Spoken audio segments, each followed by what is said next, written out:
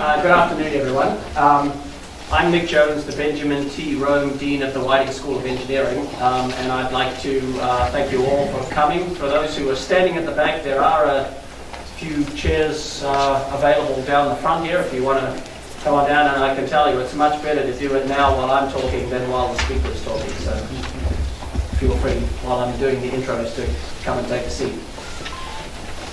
William Kouwenhoven was recruited to Johns Hopkins by John Whitehead in 1914 as an instructor in electrical engineering. Beyond the impact he had on the school as an instructor, department chair, and his 15 years as dean, wow, he set the standard for cross-disciplinary research at Johns Hopkins, and in doing so, really launched the field of biomedical engineering. And the impact of his work studying the effects of electrical current on the human body led to the invention of the cardiac defibrillator, eventually to CPR, and has saved countless lives across the globe. This year, the centennial of engineering at Johns Hopkins has provided us with many opportunities to consider the impact of Kouwenhoven and all of the incredible individuals and the research they conducted, their professional achievements, many outside of engineering, who were part of the school's first 100 years. It was in January 1912 that the Maryland legislature passed a bill providing for the establishment of scholarships in applied science or advanced technology at the Johns Hopkins University. $600,000 was allotted for the opening of the school. The first class entered in the fall of 1913. 92 students, 78 undergraduates, and 14 graduate students. Clearly, we've come a long way since then. And we're thrilled to have you here with us today to celebrate our history and the promise of what's to come. It's now my pleasure to introduce you to Roger Westgate. Roger was a professor of electrical and computer engineering whose work focused on solid-state electronics, circuit modeling, microwaves, and high-speed circuits. He joined Johns Hopkins in 1966 as an assistant professor and was named a full professor in 1975. From 1983 to 1986, he served as Associate Dean of Engineering for part-time programs and then Chairman of the Department of Electrical and Computer Engineering from 1987 to 1994, and was appointed Interim Dean in 1997 until Dean Eileen Bush-Vishniak was named Dean in 1998. In addition to his commitment to his research, Roger always demonstrated an incredible commitment to teaching and has long been an advocate of encouraging women and minority students to pursue engineering studies. He is truly one of those special teachers and mentors who has had a tremendous impact on his students who remain loyal to him today, and I often meet with alumni who reminisce about their classes, the classes Roger taught them, holding him in the very highest regard. Roger, welcome back.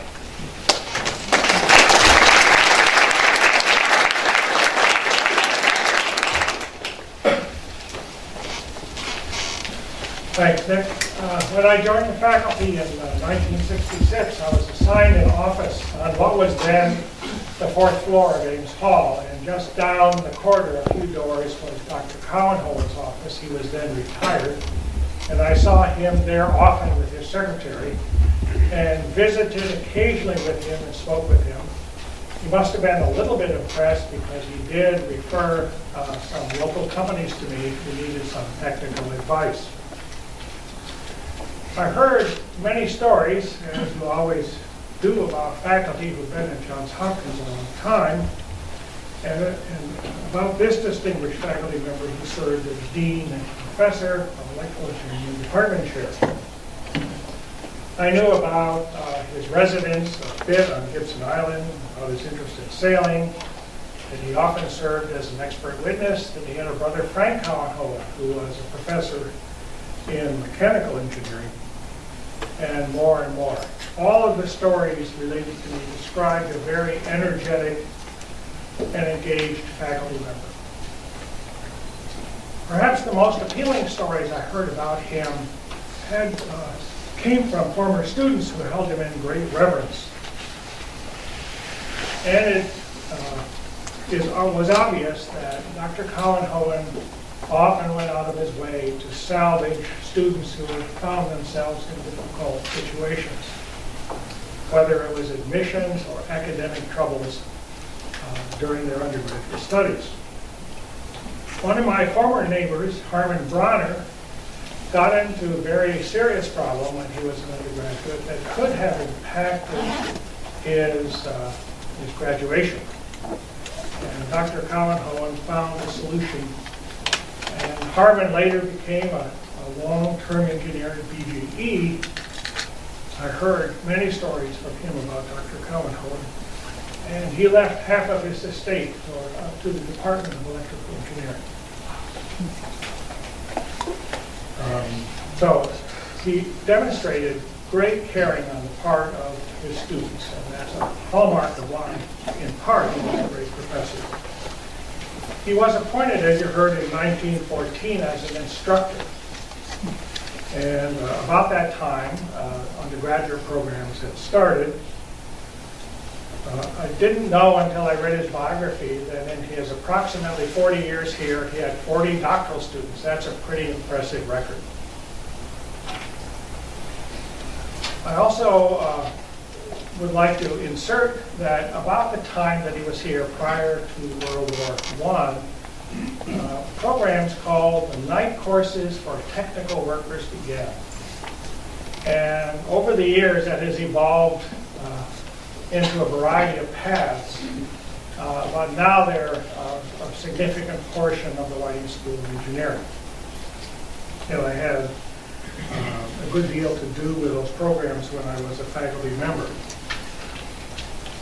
He, of course, had a profound effect as a faculty member in collaboration, especially in the closed chest defibrillating systems. And somewhere in the school, I think in one of the lecture halls, is a picture of him showing his paddles that he used. What I think especially interesting is that after his retirement, he continued to work as a professor emeritus, and this is appealing to me also because I continued to work long after what was then a mandatory retirement age. And working with a student named Guy Knickerbocker, he, in a position at Johns Hopkins, developed CPR. And I would wager that the majority of the people in this room know something about both. And nowadays, most public buildings, including university buildings, have defibrillators stored for emergencies. And many of us have had training in CPR. I especially like his quote about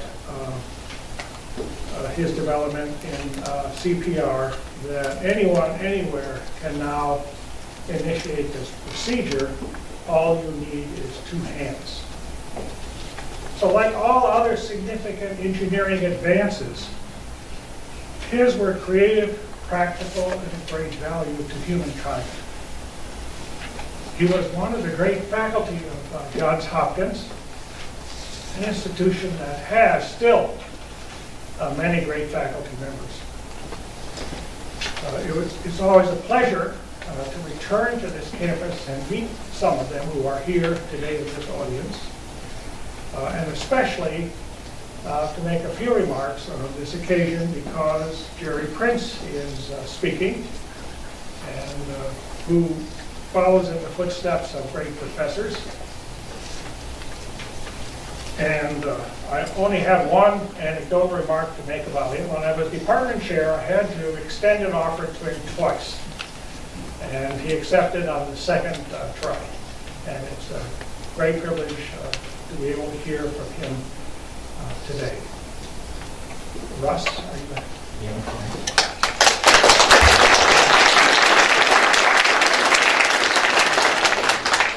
I'm not great at long introductions, but I do want to say a couple words about Jerry.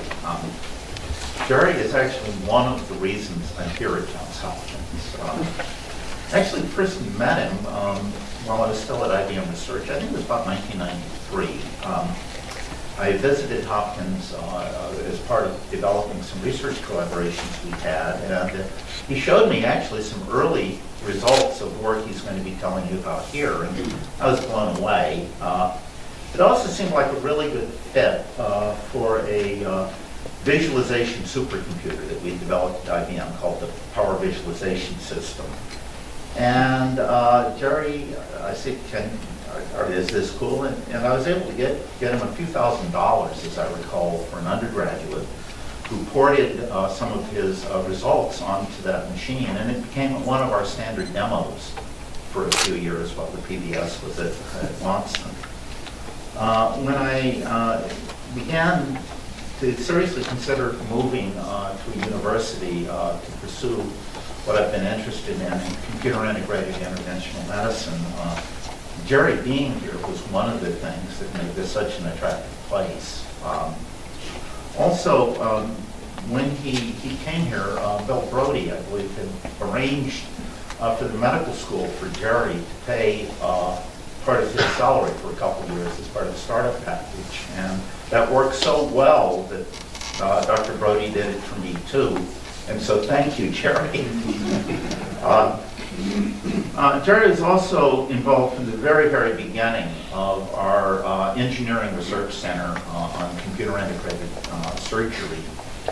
And in fact, for a number of years was our director of research, which is a very important position in terms of setting and guiding research strategy. And again, I think a lot of our success comes from Jerry's level-headedness and good advice over the years, so thank you again.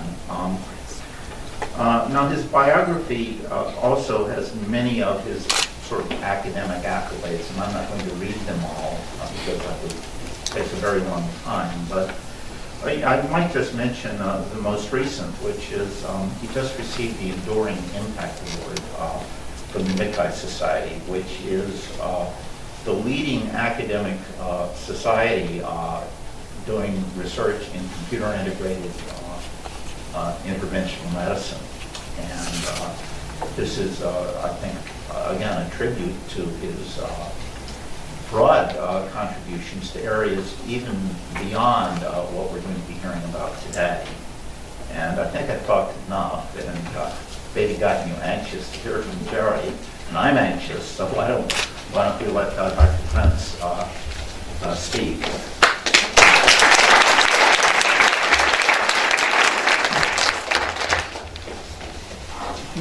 Thank you.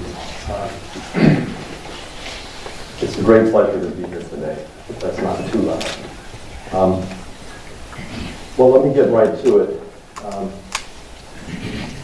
Some of you may wonder why I picked that title, 24 years. It seems wrong. Well, it's 24, that's not bad. But I was asked to give the talk and then come up with a title. And I looked back at the tagging project that I've been involved with for many years and thought I should talk about that. I counted back the years to this paper, which is really the origin of tagging from my point of view, when Elias Zerhouni and co-authors invented this technique and published it in Radiology in 1988. So that's the 24 years. That was number one. Another thing is, I hope that when the 25th year comes about next year, we can have a big celebration of tagging. It won't be just me up here talking about it. Okay, thank you.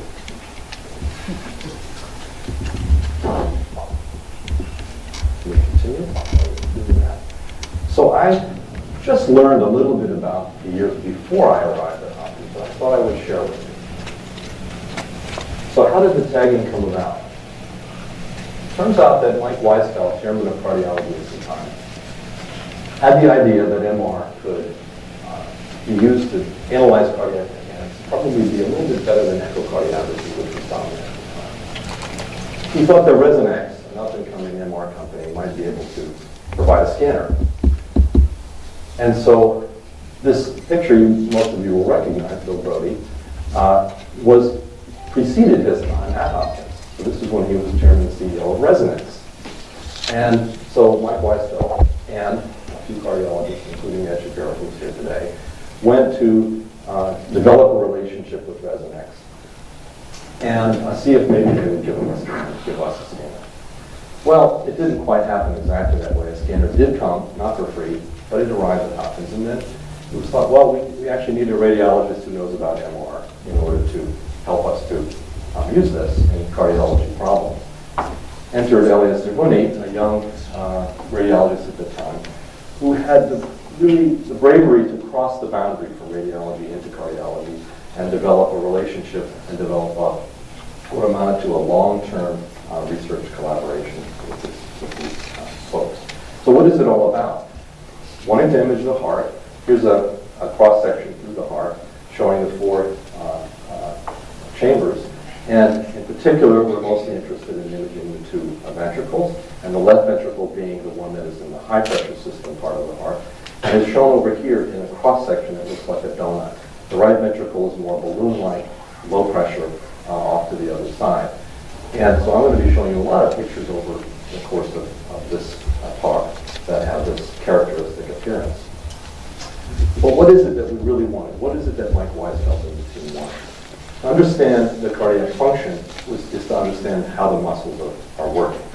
So strain is a fundamental concept. If you imagine this is a fiber or a muscle group within the heart. And it starts off in this elongated position, but when it contracts, just like an ordinary skeletal muscle, it's going to shorten, that is L2 is going to become smaller. And it's also going to thicken, that is H2 will become bigger. The standard measurements that are made with these quantities are called strains, and one of them can be done in with the lengthening, which is actually a shortening, and the other one can be done with the thickening. And you get a positive and a negative strain measure. Converting this to pictures of the heart is relatively easy now, but at that time was a challenge. Here's the picture again, and there are two kinds that are sort of important in this analysis. One is the circumferential strain, that's around the circumference of the heart, and the other one is the radial strain, which is through the body of the muscle itself. And if you compute those, you'll get a negative strain, a shortening for the circumferential strain, and you get a positive strain for the radial strain. And these two pictures are coming from actual measurements that come much later than this early period, but they're a motivation for you to follow as we go through it. So Elias Zerhuni had this idea with a colleague in Resonex, David Parrish, about applying planes of magnetization orthogonal, that is at a right angle to the imaging plane. And you can see the picture that describes it right here. I'm running out of juice in my pointer, unfortunately. If anybody has another pointer, it might help. Well, I can use this. Okay, so these planes are saturated magnetization that can then track the movement of the heart. Thank you.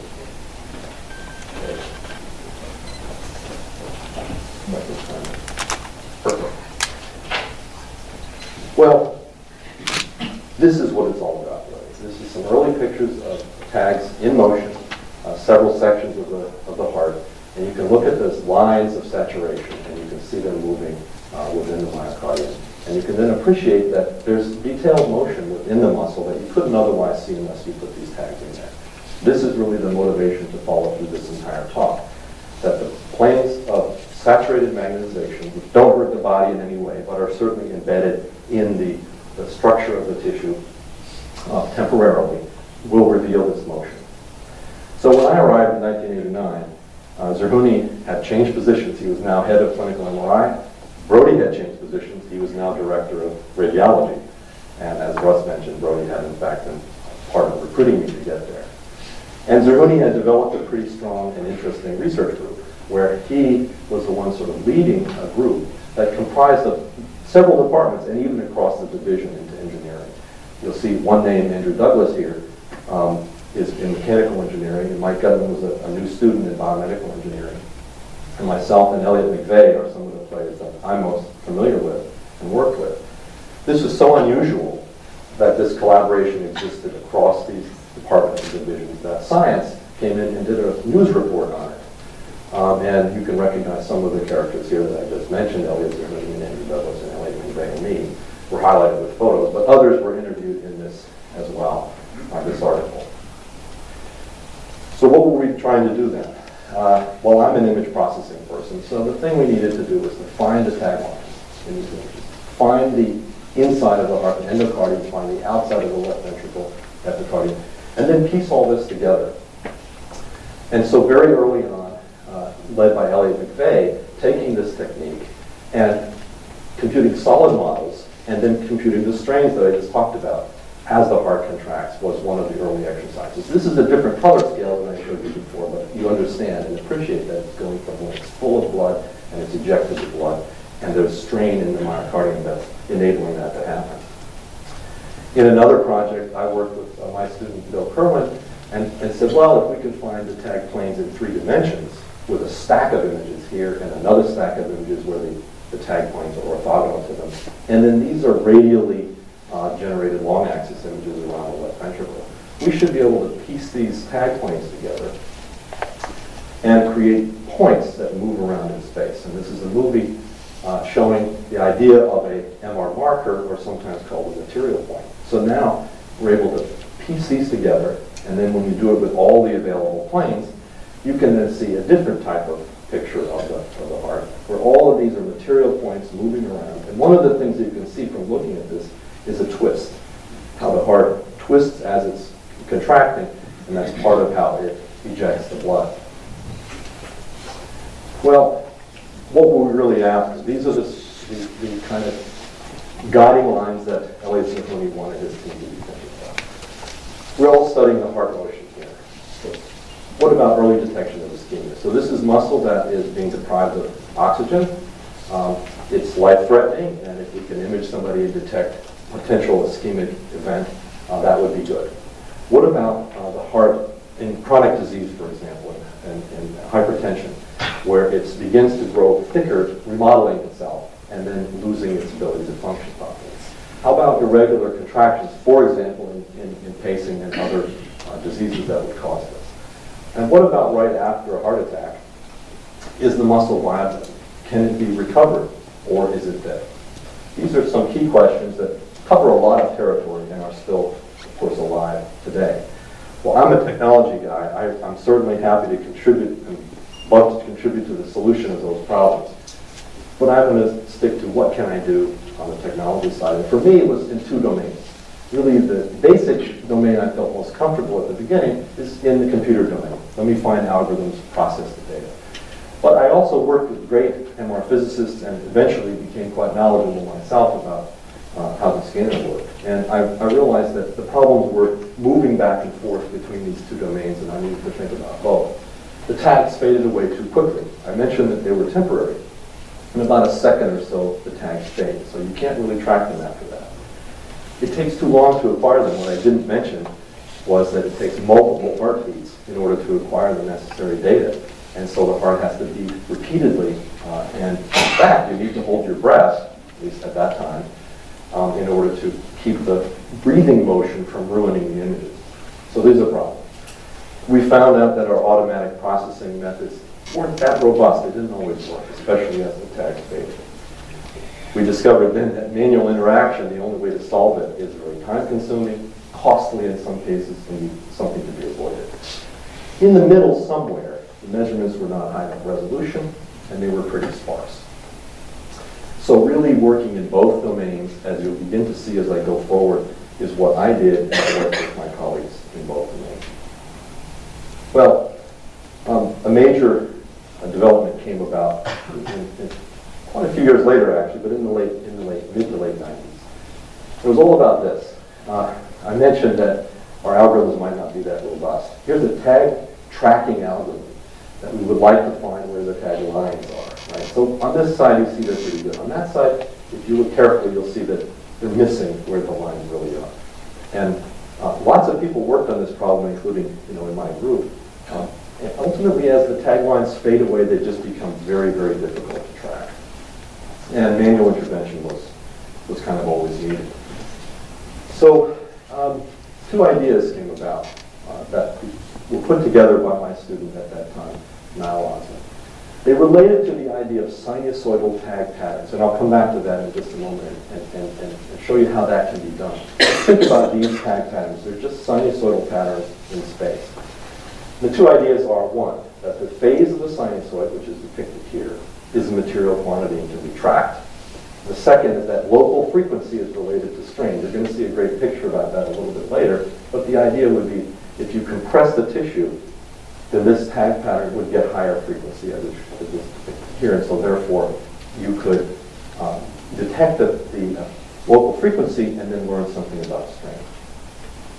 How do you get a sinusoidal tag pattern? Well, initially, we did it this way.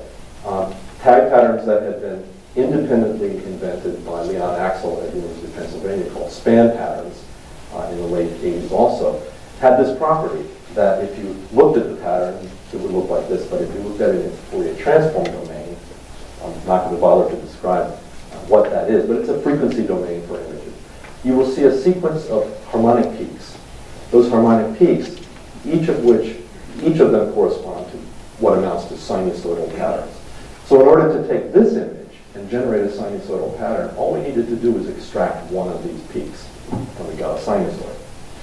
Once we had that, everything else was sort of easy, looking back anyway. One of the things we could do immediately was use the property of the tag phase as a material point to track it. And the other thing we could do was use the property of the frequency of the sinusoidal pattern and compute Eulerian strain. We could also track and compute strain using Lagrangian strain as well, for those of you who know about the difference between these two. We wasted no time in publishing an early paper, the first paper really in magnetic resonance in medicine, the leading journal in this area still is today. And then a little bit later in Transactions on Medical Imaging, the IEEE journal, again a leading journal in that area. And that one was on the tracking idea and the other was on the strain idea. We also patented it. So I walked over to the technology transfer office, which was in this way, in Warren Park building. And Nina Siegler was running the office at that time. And I said, I have an invention that will be on every MR scanner in the world in a few years. Should we patent that? Thankfully, the answer was yes, we should patent that. Unfortunately, the other part is not yet quite true. I'm going to talk about where the status is in getting HARP on every scanner in the world, but it's not, that part hasn't come true yet. But it's still been incredibly useful. We didn't have one patent, we had 3 at that time. Well, again, what happened really quick is my colleagues in cardiology, led by Joao Lima and a research fellow, Jerome Garreau, did the legwork, decided that this would be a great thing to research and see whether it could really work in patients and in human subjects. And so they did a project in which they demonstrated that it could be used on normal subjects and revealing strains within the heart and on patients that have dobutamine. This is a way of creating a stress on the heart when you're laying in the scanner, very similar to exercise, even though in the scanner you can't be moving your feet around and riding a bicycle. It has a similar effect on the heart. We're going to come back to that stress test in a bit. And Jerome also asked the question about whether after a myocardial infarction that you could detect whether there might be regions of the muscle that were still viable by looking at the strain. And one of the keys here in this research was that when the infarct is all the way through, transmural, all the way through the muscle, or whether it's just partway through, you might be able to recover the full cardiac function in one case and not the other. And you need to be able to distinguish those two cases. And it turned out his research showed that that was possible. Well, something else occurred to us along the way, and that was that this had been the standard acquisition in Fourier space with an MR scanner. You acquire all of this data, right? And roughly speaking, 256 columns, 128 rows is what you need to acquire. That took 16 heartbeats to do it. Once you were done, we had HARP now. You could process this in about 1 minute, which was a major advance in and of itself, to be able to process the data so quickly. But what did we really need out of this data? We just needed a little box around the sinusoidal part of the pattern. We didn't need everything. So why did we go to all the trouble of acquiring all this data when we just could acquire that much, just 32 by 32. Well, that meant that we could do something quite radical. We could acquire data in only 2 heartbeats. Why did we need 2? We needed 1 for this orientation, but then the tag pattern in the other orientation had to be acquired also. So it's kind of a minimum. And then the next thing was how quickly can we compute the HARP strain? Because we would like to acquire it, compute it, and show it on the screen. Well, we turned out, with some careful optimization, we could compute it in 40 milliseconds. We also needed to develop a system to make this happen. And so this system was developed by a colleague, Acknowledgements, who's here. And tying the scanner to its own workstation was a function that GE did. But we had to tie that data into a separate workstation that was going to be computing the strain. I'm going to show you a movie now, and it might have sound. I'm going to see.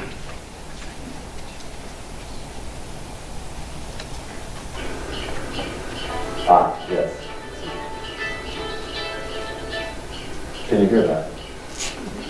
Okay, so that was Smitha Sampath, one of my students who invented this fast HARP, putting a normal volunteer into the scanner.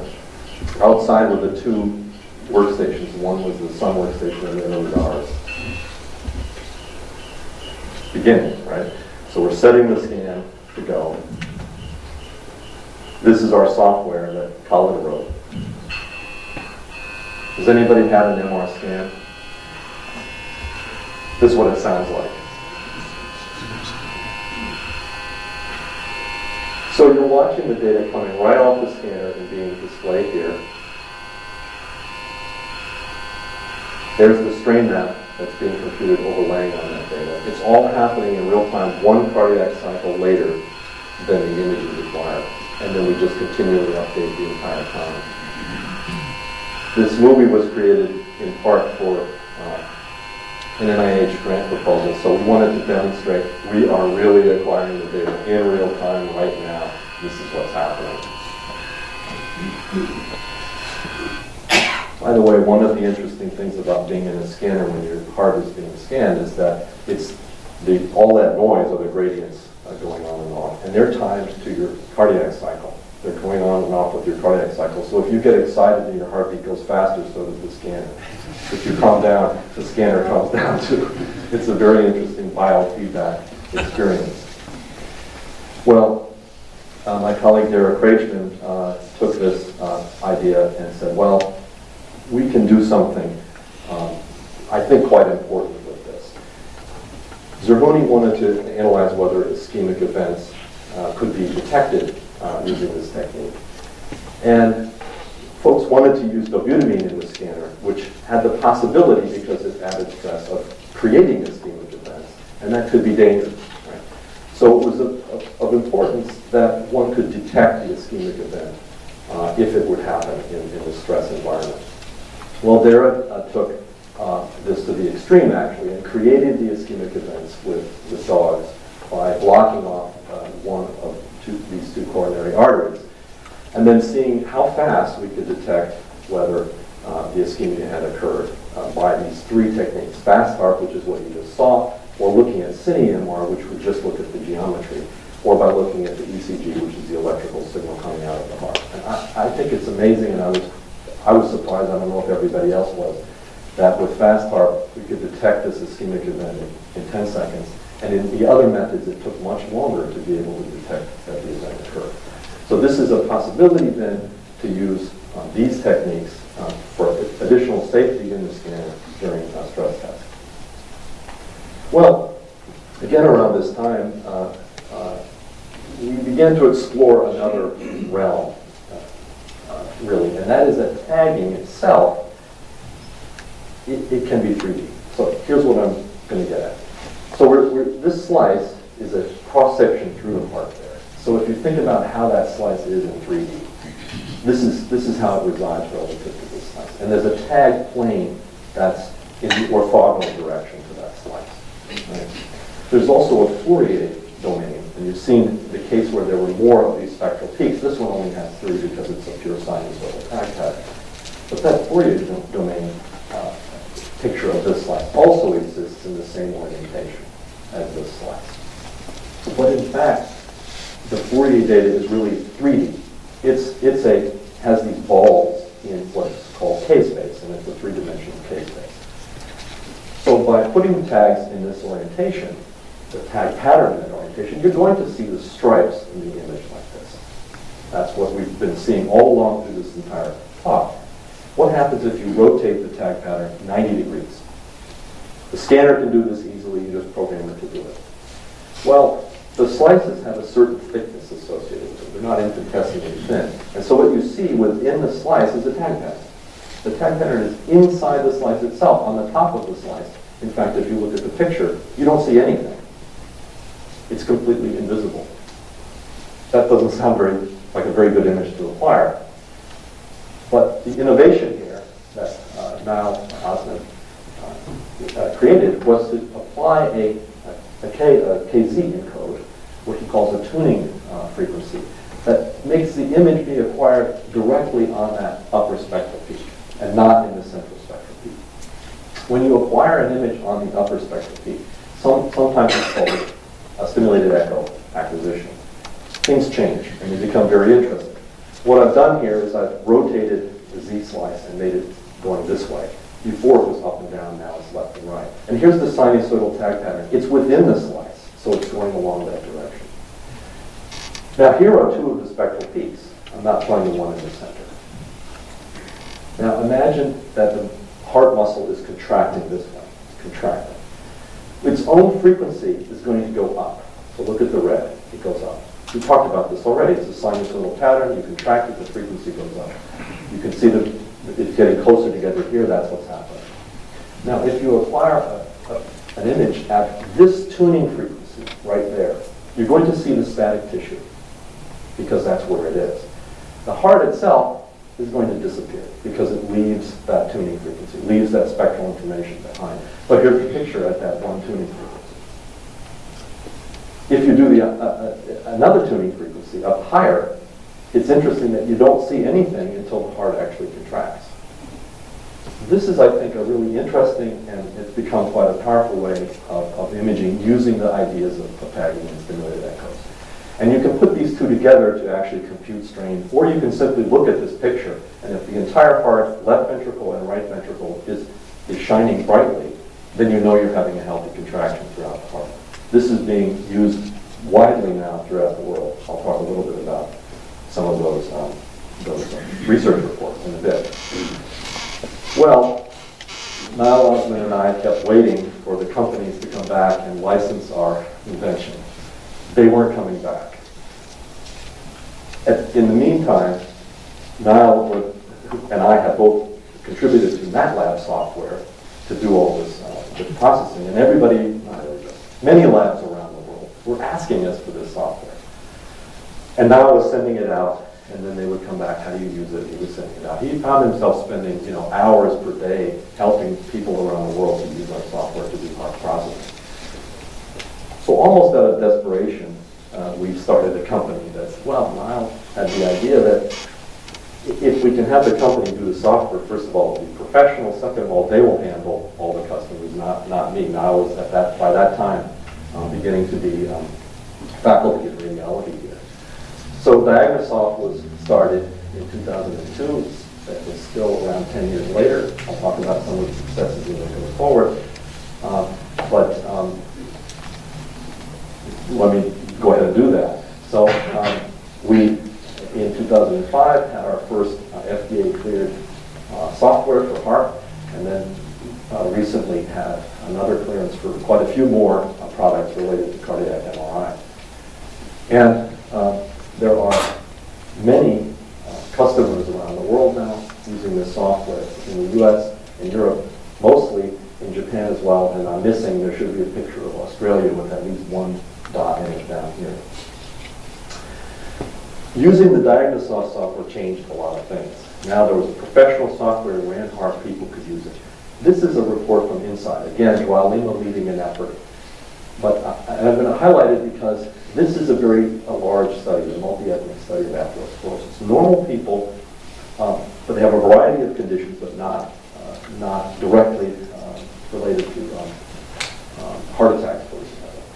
And to study how the normal heart works or how it's related to chronic functions like hypertension, for example, was the nature of this study. You really needed a lot of data in order to learn about the heart.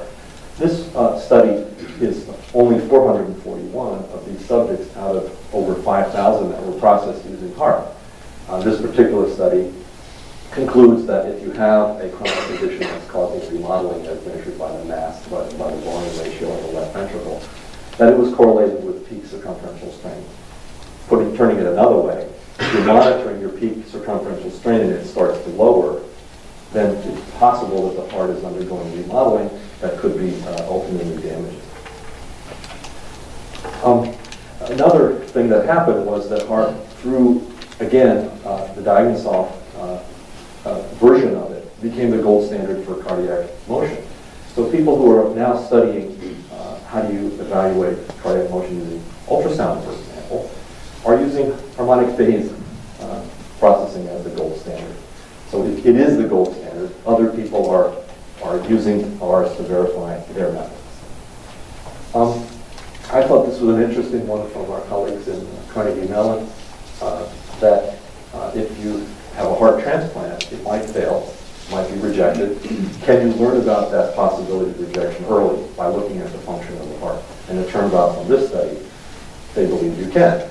That you can study using HARP how the restraints are taking place early and then monitor that over time regionally to see how the heart might be being rejected. And finally, I think this is one of a couple of reports that are coming out very recently. It's hard to see from that title and those authors, so I'll just put up my little guide.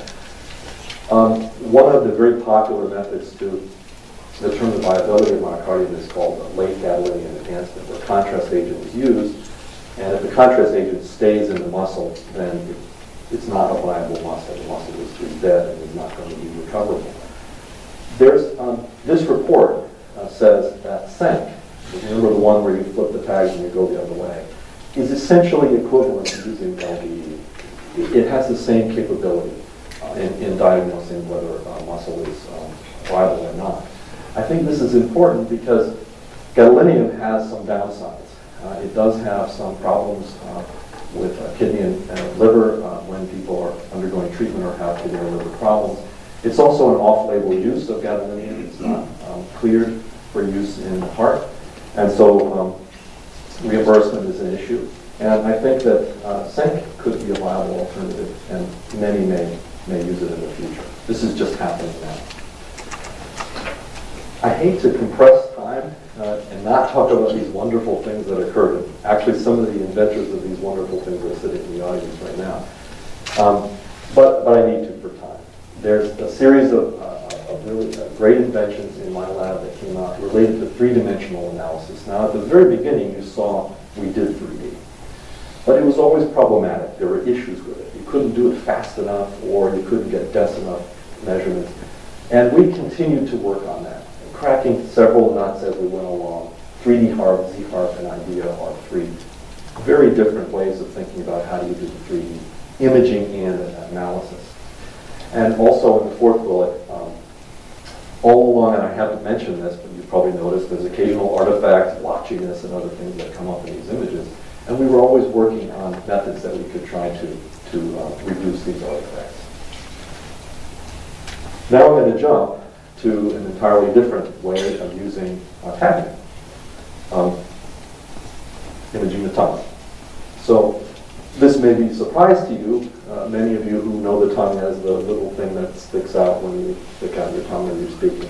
But it's pretty big. Right? This is the tip that you see, and the whole muscle is much, much bigger. And there are attached external muscles as well that can be analyzed in that. Maureen Stone was visiting, actually here, working at Hopkins at CLSP in the early 90s, had the idea that tagging could be used to analyze speech. And this is one of the earliest papers and some of the earliest images. And you'll notice that there's some Hopkins people here, including Andrew Douglas. Well, I won't go into the details, but Maureen did move over to the University of Maryland and did a lot of the research to make it work while she was there. Some of the early images were gathered here, but it ended up working over there. And one of the things that made it work was to be more careful about how you acquire this data. It's actually pretty hard to acquire for the reason that I'm putting in the first bullet. The heart, pretty much except for arrhythmias, beats regularly. Another beat, another beat, another beat. They're all the same. But in speech, if you think about it or you record yourself, you're not going to say the same thing twice the same way. We're talking about short utterances like asuk and yu, things that the tags won't fade out before you're done speaking. And you need to repeat them many times if you're going to get high quality data. So a system was set up, Maureen set this up, to have basically timing be the key. So that there's a sequence of blips that people hear in their ears, and they rhythmically repeat the same utterance over and over again. And we acquire the data over that rhythmic repeats. I said we because in the early 2000s I became involved with Maureen's research and have been ever since. This is the kind of data that we're getting. You may notice it kind of doesn't look as sharp or crisp as some of the data I was trying to get in the heart. Well, it's not because it isn't the same quality, it's actually even better quality. Because we're focusing on the sinusoidal component here, which is the part that carries the information about the motion. That crispness is not necessary to acquire. So we're acquiring less data, but making sure we're paying attention to the sinusoidal component in both directions. One of, I think, the great achievements was some of the work in 3D that I talked about and didn't describe was a Z-HARP technique. And you can see in this technique that we can track a slice of the tongue, how it's moving all along anywhere in that slice. And we can do that in 3D as well. This is a really, I think, a great achievement. Since that time, we've really realized that processing this data is a lot like processing the brain data that I have on another project. We really need to do a lot of things on the way towards getting that result. We need to stack up images that are acquired in multiple orientations. We need to do things like super resolution image processing. We need to do three-dimensional segmentation. We need to do interpolation of the 3D vectors and so on and so forth. When all that is achieved, some results of this nature can be shown. This is showing, again, in a research project by Maureen Stone and Amy Morano, that we can compare normal speech, or this utterance, the asuk utterance, with one of a subject who's had glossectomy surgery. So this is where part of the tongue has been removed because it's cancerous, and either sewn up or replaced with a small additional piece of tissue from elsewhere in the body. And just by looking at this, we've colored it so that you can see that orientations of the motion are different. There's different orientations in this data than there is in this data. We're still in the process of analyzing these results, but it's a very, very rich research project. Very recently, my colleague here at Hopkins, Amy Morano, has teamed up with Siemens corporate research. I don't know why the lights just came on. Did I do that? I'm not sure. Is it because I'm not moving in the right place? Or somebody's leaning up against it? Can we find out how to turn the lights down again? Okay. Because we're missing this. This is swallowing. And so this was the swallowing of a pineapple juice, and this is also swallowing. In the first case, there was no tags. In the second case, there's tags. This is really hard because you can't repeat swallowing. So this timing, well, at least we don't know how to yet. The timing issue becomes really problematic. And so the research is going toward real-time imaging, and therefore the image quality is somewhat less, but the information is still very, very rich. And we're just at the very beginnings, my colleague Amy Morano, just at the very beginnings of really analyzing this data and taking it to the next level. Okay. Where else can we go in the body? How about the brain? So a colleague at Washington University in St. Louis had the idea to use tagging to analyze what happens to the brain when it's undergoing mild trauma. Well, what is the mild trauma? Just a short head drop, backward perhaps, or forward, or maybe tipping to the, this is backward, maybe tipping to the side. These are the two notions that he had. He built apparatus that you could put in the scanner, and by pulling this string, little string. The subject himself or herself would cause the head to fall back. And the head would then, just 2 inches, would hit, and Phil and his team could image, using tagging, what happened to the brain. So this is one of his movies. You can see a little bit, this is not the most dramatic one, but you can see the brain kind of moving back and forth a little bit, bumping around a bit in there with the tags that are on it. And I was a consultant on Phil's grant. I'll talk a bit more about this in a few moments. But one of the things that came out of this was that brain suspension plays a role in this trauma. And people hadn't really appreciated that before.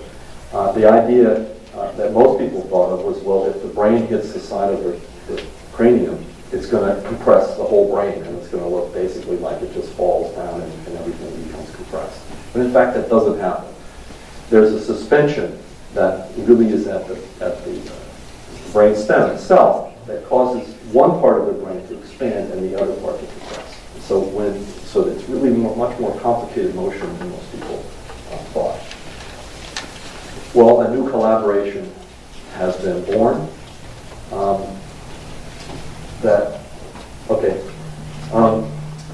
That involves 3 organizations.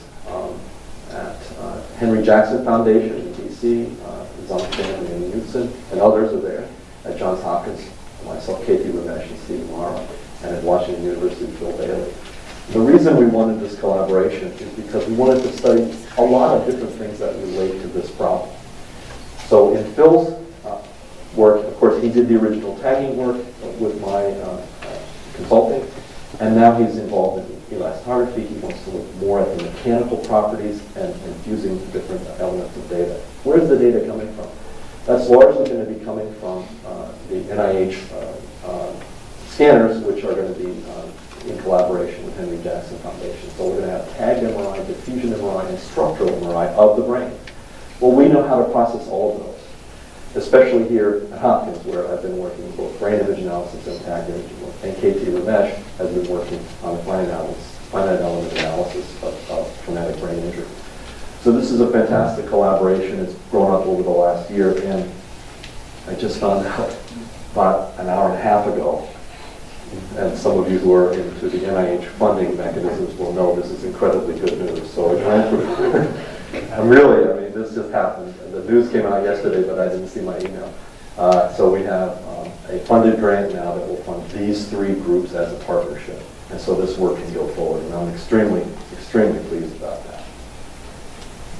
Well, some of the work has already begun. Of course, we've had to do things for the grant proposal, and this is one example that uses ZHARP in analysis of 4 slices of the brain and how it's moving around in 3D and 2D. I mean, 2D in slice and then 3D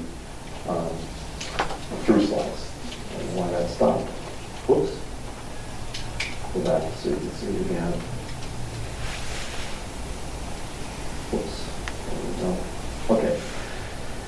So this is just the beginning of this work. I think it's really, really interesting. There's a lot of potential to understand how the brain is moving in trauma. And of course, it's a big topic these days, so it has a lot of interest. Well, I couldn't put everybody's name. I put those most closely associated with the work I've done here, and there's been many more that have been involved in those 24 years of tagging here at Hopkins. There's been a lot of grant support over the years as well. I'm listing some of them here. I'll just skip by that. And I would ask if there are any questions. Thank you.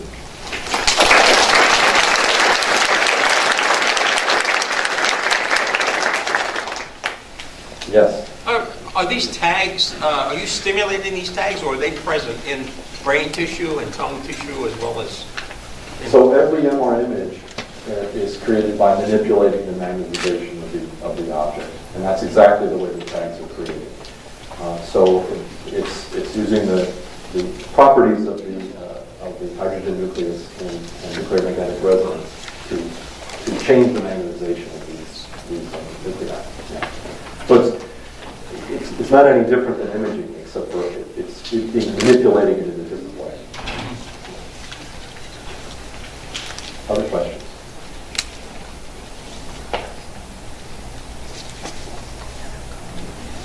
Okay, all right, thank you.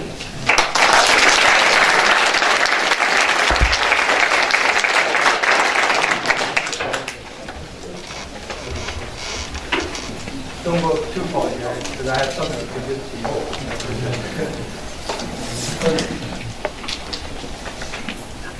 So Jerry, thank you very much for the talk. That's a really wonderful talk.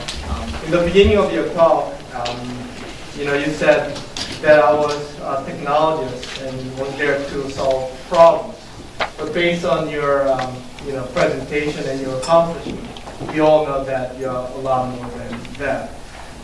One of my old mentors at the Naval Research Laboratory told me a long time ago that the hardest thing to do in research is not to come up with answers, but to define the questions and problems and needs. Okay? And we engineers are very good at solving problems. Okay? But to define the problem for a different area, okay, using an engineering approach requires a special characters. And that can cross scientific boundaries.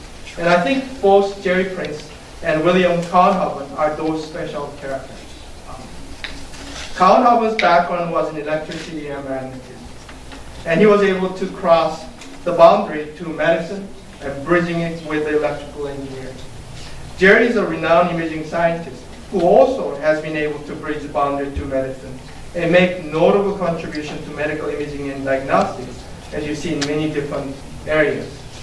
And also, he has contributed greatly to the life of our department as a leader of medical imaging, and every time he gets the funding, we appreciate it greatly. So, therefore, I can't think of more deserving person to give the Centennial William D. Kouwenhoven Memorial Lecture. And I would like to present him with this plaque commemorating this wonderful occasion.